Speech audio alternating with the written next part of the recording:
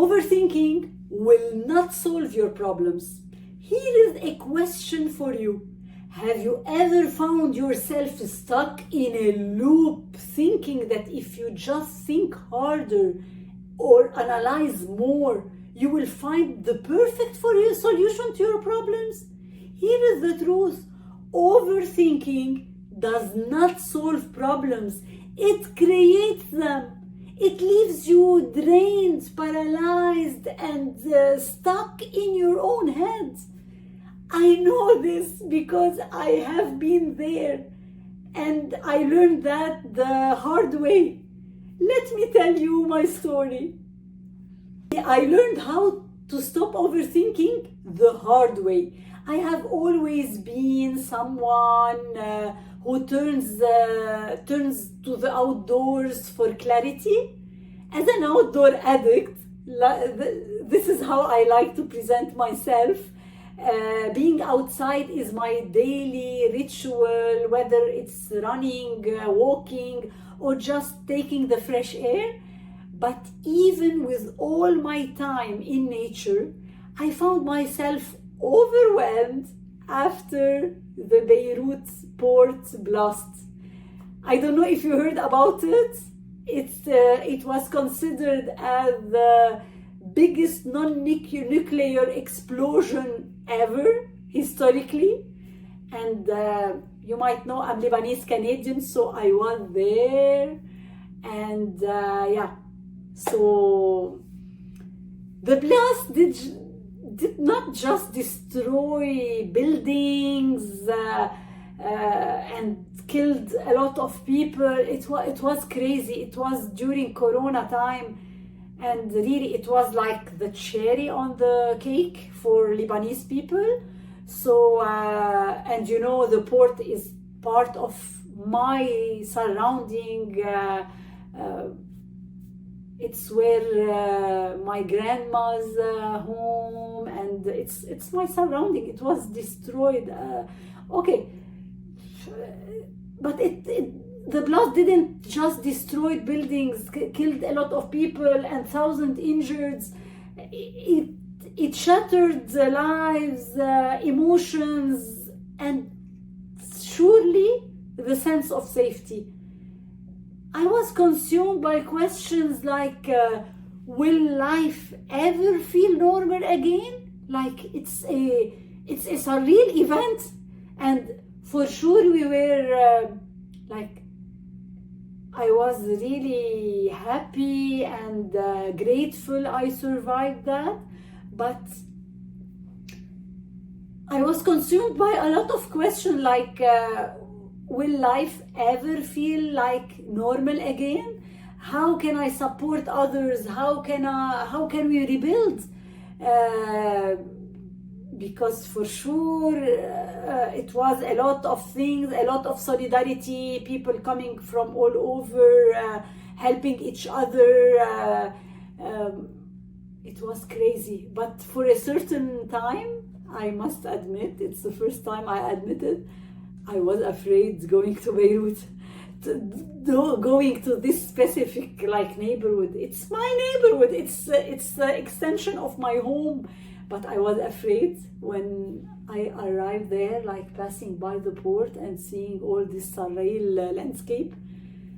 So in those weeks after this blast, I realized something really strange, unusual for me. My usual outdoor activities were not helping at all. I realized it was something surreal to experience, but walking, running, even if I pushed myself more, by keeping my body moving, but my mind would not stop racing. I could not escape the loop of overthinking, and I started to feel stuck, restless, and emotionally exhausted. Exhausted, really. I know it's something surreal, nobody is expected to experience this kind of things, but really one evening everything came to a halt. I stepped outside feeling completely drained. And instead of like moving, walking like I do usually, I just sat on my balcony. For the first time, I did nothing. It's not something common for me. I just gazed the horizon. I just gazed at the horizon, letting my eyes soften and my thoughts wander. I was not fixing, I was not even trying to fix anything or trying to figuring out something. I was just there, present, the present moment. Something shifted in that moment, really. I like, we remember moments, like not a whole journey, and I really till now I remember this moment. My racing thoughts began to quiet, and I felt an unexpected sense of calm. I didn't felt for weeks. It was not until later that I discovered that what I was practicing has a name. It had a name, and it's a Japanese concept called Boketto. So it seems I discovered Boketto without knowing that, and it's a blessing for me. It was a blessing really for me. Boketto practically means gazing into the distance without focus, like letting your mind wander freely. So this is Boketto. Boketto practically is not about doing, is about being. No doing, just being. This is Boketto. And since then, really, since this time, so more than 4 years ago, Boketto has become part of my daily routine. It's not like that. Daily outdoor routine for sure.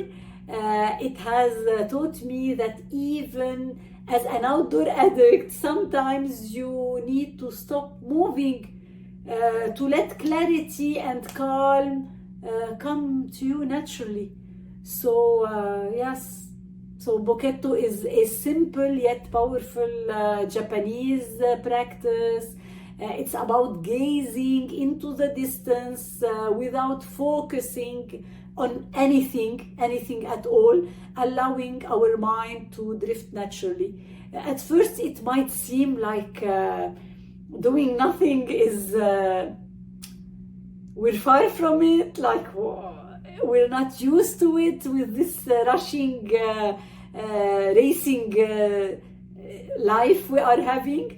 But pausing, letting go of the need to analyze everything and solve things, you create a space for mental clarity to emerge.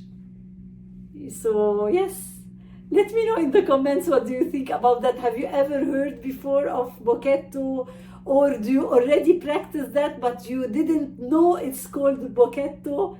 Let me know in the comments. I'm curious to know.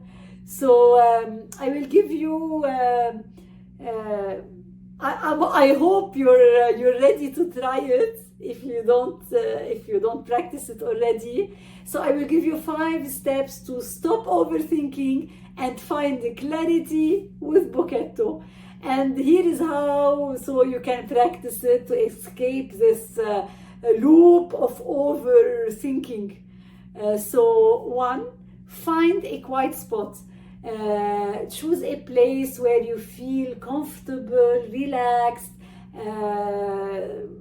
It doesn't have, like the bench in the park, your balcony, or even a window with a view, even if the view is the sky. So 1, find your spot, find your Boketto spot. 2, gaze into the distance. Let your eyes really rest on a very far away point, the sky, the horizon, a distant line of trees. Do not focus on anything. Don't focus too hard. Just let go your mind, your eyes, like soften your gaze. 3, breathe deeply. Take a slow, deep breath. Inhale through your nose, hold for a moment, and then exhale through your mouth. This will calm your nervous system. So 4, let your thoughts drift. Allow, better to choose the word allow or give permission to your thoughts to drift. So do not try to fix or clarify your thoughts. Whatever comes to your mind, let them come and go like the clouds passing by. And 5, start small. Start small, like, because you need to build consistency. It's like running a marathon. I know I always give examples related to the marathon since being a marathoner. But even running a marathon starts with small acts. Each time you start to train for a new marathon, you always have to start small. So 5, start small. Begin with just 5 to 10 minutes. Over time, you can extend this practice, but only when it will become part of your daily routine. Start small to make sure you will be consistent, to make sure you will add it to your routine. So yes, I always love to mention that all these are backed by science. So this is backed by, have been backed by science, because Boketto help activate, the nervous system, which reduces stress hormones and shift your brain into a calmer state. And when you pause and gaze into the distance, you allow your mind to reset, opening the door to creativity, clarity, to flow naturally. So yes, I would think like the key takeaway from all this video is like, remember, overthinking does not lead to answers. It leads to exhaustion. By practicing Boketto, you can quiet your mind, break free from mental loops, and find the clarity you are searching for. Let us embrace the power of stillness and make Boketto part of our daily lives. Yalla, go outside!